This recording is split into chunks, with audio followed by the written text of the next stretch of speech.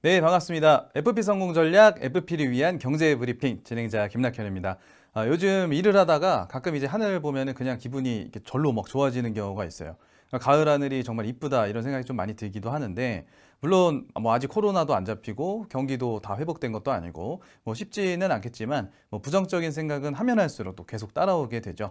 10월 한 달 오늘도 새롭게 희망찬 마음으로 시작할 수 있도록 도움될 만한 정보 많이 담아봤습니다. 어떤 내용 있는지 목차부터 보겠습니다. 연금 금리, 코스피, 다우존스 지수, 상해 지수 등 지표 동향에 대해서 쭉 한번 살펴볼 거고요. 우리나라의 기준금리와 시중금리가 어떻게 변경이 좀 되고 있는지 좀 빠르게 체크를 해보겠습니다. 그리고 FP님들이 좀 도움이 많이 되는 부분이기도 한데, FP를 위한 재무상담 레시피에서는 첫 번째로 이제 표적 항암 치료, 간병인 지원, 6주 미만 교통사고 처리 지원금 등 뭔가 이제 스토리가 있는 이런 매력적인 특약들에 대해서 이야기를 좀 해보고, 건강보험의 부채 현황에 대해서도 좀 짚어보는 시간 갖도록 하겠습니다. 네, 마지막으로는 실제 경제 기자로 활동하고 있는 최한희 기자님과 전화 연결해서 이번 달에 체크를 좀 해봐야 되는 핫 이슈에 대해서 들어보고 좀 더 자세하게 질문답을 가져보는 시간을 갖도록 하겠습니다. 지표 동향 바로 들어가 보도록 하겠습니다. 전월에 비해서 어떤 변화와 그 원인은 좀 어떤 것들이 있었는지 빠르게 짚어보도록 하겠습니다. 먼저 금리연동형 연금보험 보겠습니다. 생명보험사의 금리형 연금은 전체적으로 2%대 초중반으로 전월에 비해서 또 조금씩 떨어지고 있는 모습입니다. 지속적으로 하락이 좀 되고 있고요. 금리가 비교적 높았던 IBK 생명도 2.5%로 전월에 비해서 0.02%가 떨어진 모습이네요. 네, 다음은 손해보험사의 연금저축보험 금리 보겠습니다. 손해보험사의 연금저축도 시간이 지날수록 점점점 이율이 이제 떨어지고 있는 모습이에요.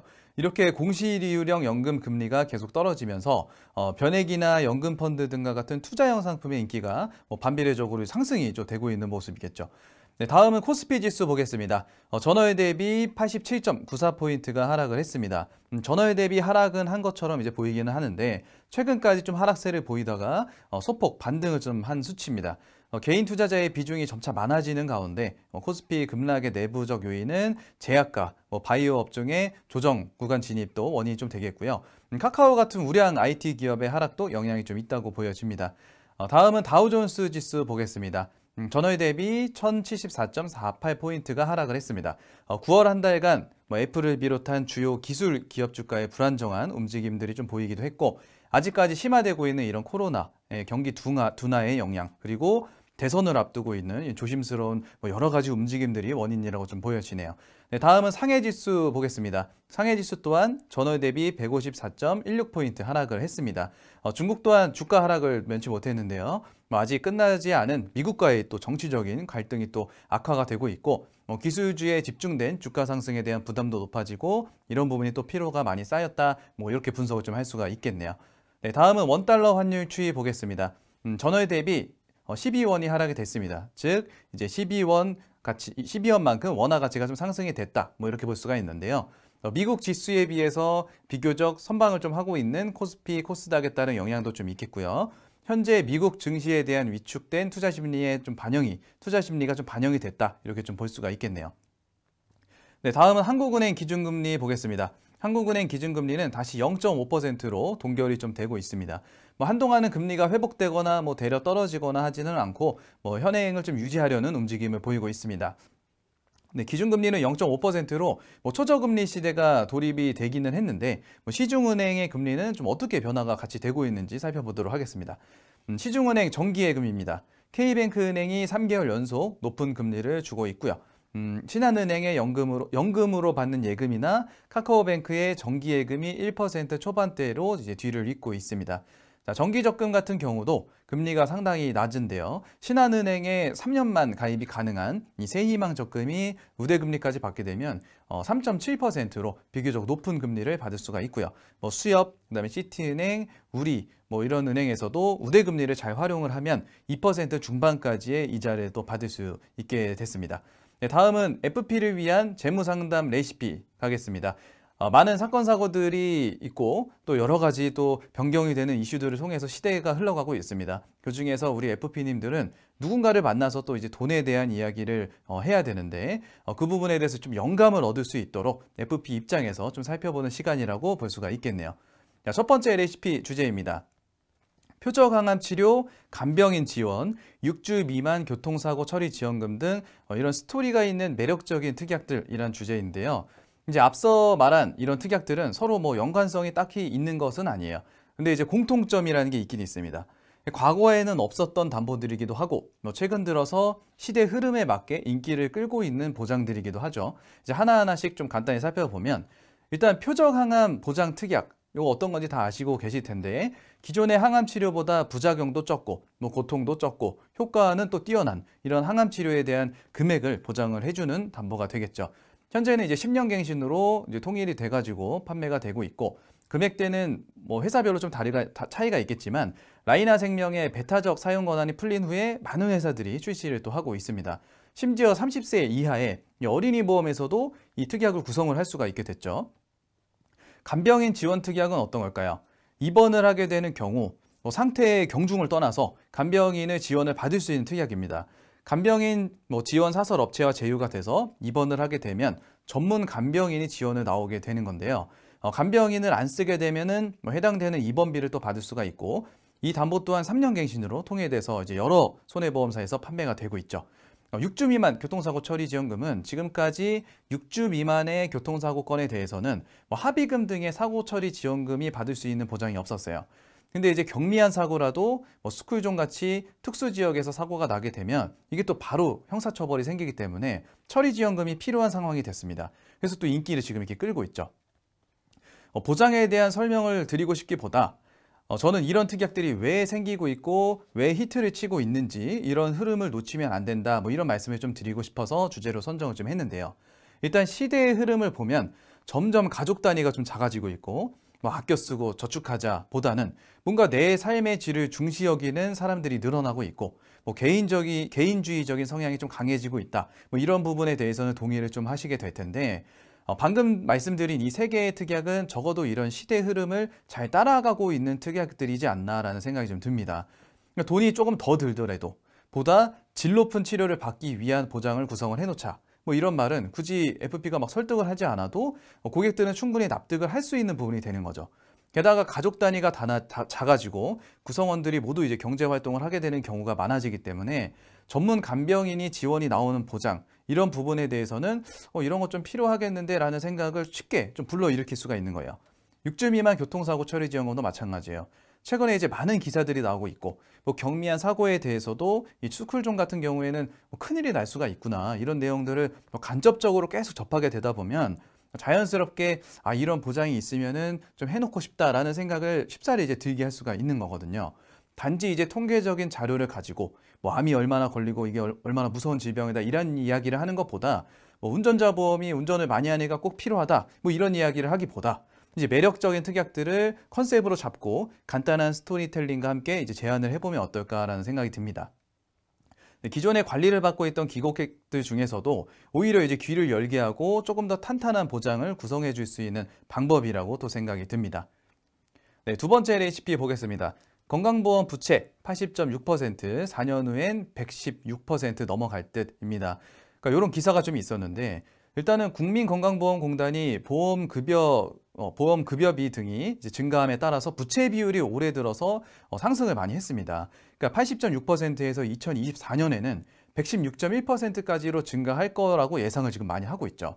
다만 적립금은 위기 상황 대비 등을 통해서 이제 2024년 이후에도 10조 원 이상 유지를 해야 된다고 이제 예상을 하고 있기 때문에 이렇게 좀 측정이 된 거기도 한데 쉽게 말해서 점점 건강보험의 혜택을 받는 사람들이 많아지고 있고 이에 따라서 위기 상황을 대비해서 점점 건강보험료를 더 많이 확보를 해야 된다라고 생각은 나라에서 다 하고 있는 거예요. 이번에 수립한 이 중장기 재무관리 계획은 코로나19로 인해서 재정 영향과 최근의 정책 변수 변화 등을 반영한 것이기도 한데 물론 소득 분위에 따라서 보험료율이 변화와 코로나19 사태에 대응을 위해서 건강보험 자금 지출 및 경제 성장률이 이제 감소가 되면서 건강보험료율이 삭감이 되고 또 여러 가지 정책 시행들이 나오고 있다는 부분은 나쁘지 않다 이런 생각이 듭니다. 하지만 이에 따라서 점차적으로 상승이 될 수밖에 없는 이 건강보험률에 대해서는 대비를 반드시 시켜야 되고 대비를 저희도 해야 된다 이렇게 좀 말씀을 드리고 싶네요. 저희에게 돈에 관해서 관리를 받는 사람들에게 이런 이야기를 좀 해줘야 되는데 이미 2021년도에는 건강보험료율 상승이 된다. 이런 부분은 이미 결정이 났습니다. 이번에 건강보험료율 조정에 따라서 2021년에는 직장가입자는 월 평균 보험료가 11만 9,328원에서 12만 2,727원으로 3,999원, 약 4,000원 정도가 증가를 했고 보험료율 또한 6.67%에서 6.86%로 증가가 된다. 결정이 난 사항이에요. 지역가입자들 또한 월 평균 보험료가 9만 4,666원에서 9만 7,422원으로 2,756원이 이제 평균적으로 증가를 한다. 뭐 이렇게 지금 다 결정이 났고 예상이 되는 상황입니다. 우리나라 건강보험제도는 전 세계의 건강보험제도와 비교해도 손색이 없을 정도로 뭐 잘 되어 있기는 합니다. 다만 이를 유지하기 위해서 점차적으로 보험료율이 상승이 될 것이고 때에 따라 직장가입자들도 언젠가 이제 프리랜서 혹은 사업자가 되면서 지역가입자로 좀 될 텐데 그에 따라 부담감이 증가를 할 수밖에 없어요. 더불어서 소득이 점차 떨어지게 되더라도 지역가입자들은 뭐 자동차, 이런 집 같은 재산에 따라서 또 요율이 측정이 되어 있는 부분이 있기 때문에 이런 중장기적인 저축이 필수다. 이런 부분들은 좀 인지를 시켜줘야 될 필요성이 있다고 보여집니다. 결론적으로 단지 노후에 뭐 찬란한 삶을 보내기 위해서 연금이나 변액 같은 이런 중장기 저축을 해야 됩니다. 이런 이야기를 하기보다 최소한의 생활 유지와 기본적인 고정 지출이 점점 늘어나는 거에 대해서 대비를 하기 위해서는 이런 국민연금만으로는 너무 부족하고 개인연금이나 중장기 저축을 통해서 이게 또 비과세 혜택이 좀 있는 이런 중장기 저축을 통해서 대비를 좀 해야 된다. 이런 이야기를 좀 드리고 싶습니다. 오늘 두 가지 주제 모두 뭐 최근 이슈가 되고 있는 경제 기사를 토대로 주관적인 생각을 좀 담아봤습니다. 조금이라도 이제 영감을 얻으셨으면 좋겠고 항상 저희는 이런 시대 흐름을 미리 파악을 하고 최신 기사들을 접하면서 고객에게 현실적으로 이런 와닿는 내용을 좀 이야기를 해줘야 되는 그런 FP가 되어야 되겠습니다. 네, 다음은 FP 영업을 위한 이달의 핫 이슈를 현직 기자로 계신 최한희 기자님과 연결해서 들어보도록 하겠습니다. 네, 안녕하세요. 네, 안녕하십니까. 네, 안녕하세요. 좀 여러 가지 또 이슈들이 많았는데 예, 첫 번째 핫 이슈부터 좀 여쭤볼게요. 예, 네, 코로나19가 지금 이렇게 많이 이제 또 유행이 됐었는데 예, 이 예, 보장에 대해서 좀 애매한 부분이 있는 것 같아요. 이게 예를 들어서 코로나19 사망 같은 경우는 이게 재해인지 질병인지 뭐 이런 부분도 있고 뭐 꼭 사망뿐만 아니라 이 코로나19가 어떤 식으로 보장이 되는지 좀 애매한 부분들이 아직 많은 것 같은데 일단 예. 이 코로나19 보상에 대한 이 혼란 원인은 좀 어떤 걸까요? 혼란 원인은 시점의 차이라고 볼 수 있겠습니다. 네네. 감염병 예방법상 1급 감염병이 1월에 개정됐었는데 네. 생명보험 표준약관은 반영이 안 돼 있는 상태로 그 재보험인지 아닌지에 대한 게 혼란스러웠었거든요. 네. 근데 이번 7월에 금융감독원이 감염병 예방법에 근거해서 표준약관을 바꾸고요. 또 바꾸면서 또 혼란을 한번 자초했어요. 표준 질병 사인 분류표상의 코드가 코로나19 코드가 U 코드로 나오면서 U 코드는 사실 그 보험금 지급 대상이 아닌 재해로 분류되면서 혹시 또 이게 코로나 보장이 안 되는 거 아닌가 해가지고 혼란을 줬어요. 그렇게 보다 보니까 이제 금융감독원은 그냥 코드 분류 체제가 아니더라도 코로나19 같은 1급 감염병은 재해로 본다는 문구를 삽입함으로 해서 그 혼란을 일단락됐습니다. 네. 그래서 이제 생명보험 같은 경우는 재해 사망으로, 손해보험은 상해가 아닌 부분은 우발적 사고에 의한 상해가 아닌 경우는 다 질병 사망으로 보기 때문에 손해보험 질병 사망으로 분류되게 됐습니다. 그럼 저희가 좀 정확하게 이해를 해야 되는 부분은 좀 어떤 걸까요? 예를 들자면 생명보험으로 가입한 고객이 코로나19로 혹시 사망을 하게 되면 네네. 재해 사망금을 받게 되고요. 네. 손해보험으로 가입한 고객이 사망하게 되면 질병사망금을 받습니다. 질병사망금을 받거나 재해사망금을 받거나 어디를 받아도 상관없다고 생각하시는데 재해사망보험금이 질병사망보험보다 한 2배 정도 커요. 그렇죠. 그래서 또 보험료는 또 재해사망보험금이 더 쌉니다. 그러니까 싸면서 보험금을 많이 받는 구조가 되는 거죠. 생명보험이 더 유리한 구조가 돼버리는 겁니다. 그러면 이제 코로나19로 인해서 이 사망 보장 말고 좀 다른 보장은 없을까요? 보장이 지금 현재 기존의 보험에 들고 있는 보험도 뭐 실손보험, 기타 그 입원비 보험 같은 거는 보장이 되고요. 근데 이제 실손보험 같은 경우는 보장은 되는데 지금 그걸 국가가 지원하고 있잖아요. 그렇죠. 현재 그 비용을. 그래서 이제 비용을 지원하기 때문에 청구할 대상이 없는 것뿐이지 보상은 된다고 보고요. 네. 그다음에 입원비 뭐 3일 초과 입원비를 들었다거나 아니면 손보사에 첫날부터 입원비 보험을 든 부분은 코로나19로 입원이나 재해분이나 질병을 들었을 때 보상을 받게 됩니다. 단 이게 이제 처음에 생길 때 우한폐렴이라고 해가지고 폐렴으로 진단받는다고 해가지고 이렇게 오해한 부분이 있어요. 네네. 그럼 코로나19와 폐렴 진단이 4인분류표상 분류 코드가 다르기 때문에 진단금은 받지 못합니다. 그러니까 어쨌든 지금 약관이 계속 좀 개선이 되고 있는 상황이고 아무래도 좀 비교적 저렴하게 좀 대비를 할 수 있는 생명보험사가 좀 유리하다 이렇게 볼 수가 있겠네요. 그렇죠. 네. 그럼 두 번째 이슈 한번 보겠습니다. 손해보험협회에서 이 전동 휠체어도 대물 사고 보상이 가능하다 뭐 이렇게 기사가 또 떴는데 요즘 이제 전동 휠체어나 전동 킥보드 뭐 이제 새로운 운송수단들이 계속 생겨나고 있잖아요. 그래서 요즘 많이 타고 있죠. 그러니까 근데 이 부분에 대해서도 이 보장 관련 부분은 좀 애매한 부분이 있는 것 같아요. 네. 이 보장도 사실은 사실 기사를 보다 보면 네네. 전동 휠체어하고 전동 휠 이게 사실 이동수단이 다른 거거든요. 네. 전동 휠과 전동 킥보드는 원동기로 봐가지고 보상이 안 돼요. 네네. 근데 전동 휠체어 같은 경우는 자동차에 해당되지 않는다고 법적 해석이 나와서 대물 사고 보상하는 일상 배상 책임이 가능합니다. 그러면 전동 휠체어 보상 뭐 이런 이야기가 나온 배경 자체가 좀 이런 내용이 좀 되겠네요. 그렇죠. 이제 용어부터 이제 전동 휠과 전동 휠체어, 전동 킥보드 이렇게 용어가 혼선된다 보니까 이게 보상이 된다 안 된다 해가지고 그 해당 일상배상 책임 특약을 판매하는 일선에서 혼란을 겪고 또 그 혼란된 설명을 듣고 들은 고객들이 협회나 이런 쪽에 민원을 많이 제기하거나 문의가 상당히 많았던 걸로 알고 있어요. 네, 맞습니다. 저도 이제 인터넷 보니까 뭐 전동 뭐 킥보드 이런 거 다 된다 이렇게 돼 있는 허위 광고도 좀 본 것 같아요. 네, 근데 전동 휠체어만 됩니다. 휠체어. 그럼 전동 휠체어가 대물 보상이 된다는 이야기인데 이 부분 조금 더 자세하게 좀 말씀해 주시겠어요?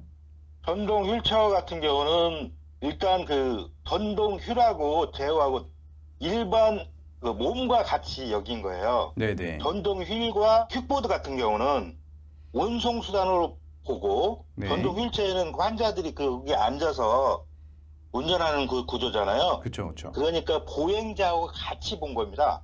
한 몸이라고 본 거예요. 네. 그래서 전동 휠체어는 대물 보상이 되고 전동 휠이나 전동 킥보드 같은 경우는 대상에서 빠진 겁니다. 그러면 전동 킥보드나 이제 뭐 퍼스널 모빌리티라고 요즘 PM이라고 또 줄여서 말하는데 그렇죠. 그렇게 많이 칭하죠. 이런 부분은 개인 운송수단들이기 때문에 이제 보상이 안 된다. 그렇죠. 이렇게 좀 정리를 할 수가 있겠네요. 예, 맞습니다.